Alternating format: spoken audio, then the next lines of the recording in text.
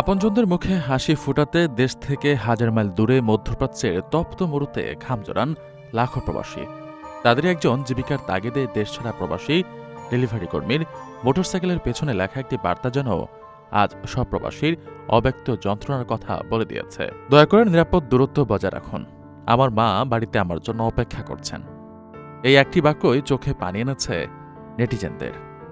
সম্প্রতি সামাজিক যোগাযোগ মাধ্যমে একটু হৃদয়স্পর্শী ভিডিও ছড়িয়ে পড়ে। সেখানে দেখা যায় প্রখর রোদের মাঝে কমলা রঙের ইউনিফর্ম পরা খাবার সরবরাহকারী প্রতিষ্ঠান তালাবাতের এক কর্মী মোটরসাইকেল চালিয়ে ছুটছেন গন্তব্যে। তার পেছনে ডেলিভারি বক্সে সেটে দেওয়া একটি স্টিকারে ইংরেজিতে লেখা ওই আবেগঘন বার্তা। লেখার ঠিক উপরে থাকা পাকিস্তানের পতাকায় বোঝা গেল দক্ষিণ এশিয়ার আর 10 জন রেমিটেন্স যোদ্ধার মতোই তিনি একজন, যিনি নিজের মা, মাটি আর মাতৃভূমি ফেলে ছুটে এসেছেন ভিন দেশে।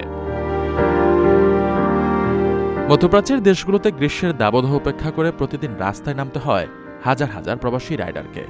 বাংলাদেশ, ভারত কিংবা পাকিস্তান, যে দেশেরই হন না কেন, এই প্রবাসী ডেলিভারি কর্মীদের গল্পটা প্রায় একই সুতোয় গাঁথা। একদিকে গ্রাহকের কাছে দ্রুত খাবার পৌঁছে দেওয়ার তাগিদ, অন্যদিকে অপরিচিত শহরের সড়কে প্রতিনিয়ত মৃত্যুর হাতছানি।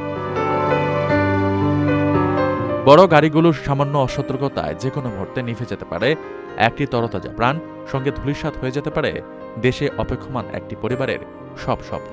ওই কর্মীর পেছনের বার্তাটি তাই নিছক কোনো ট্রাফিক সচেতনতা নয়, এটি আসলে দেশে ফেলে আসা মায়ের কাছে দিন শেষে, মাস শেষে কিংবা বছর শেষে অন্তত জীবিত অবস্থায় ফিরে যাওয়ার এক গভীর আকুতি।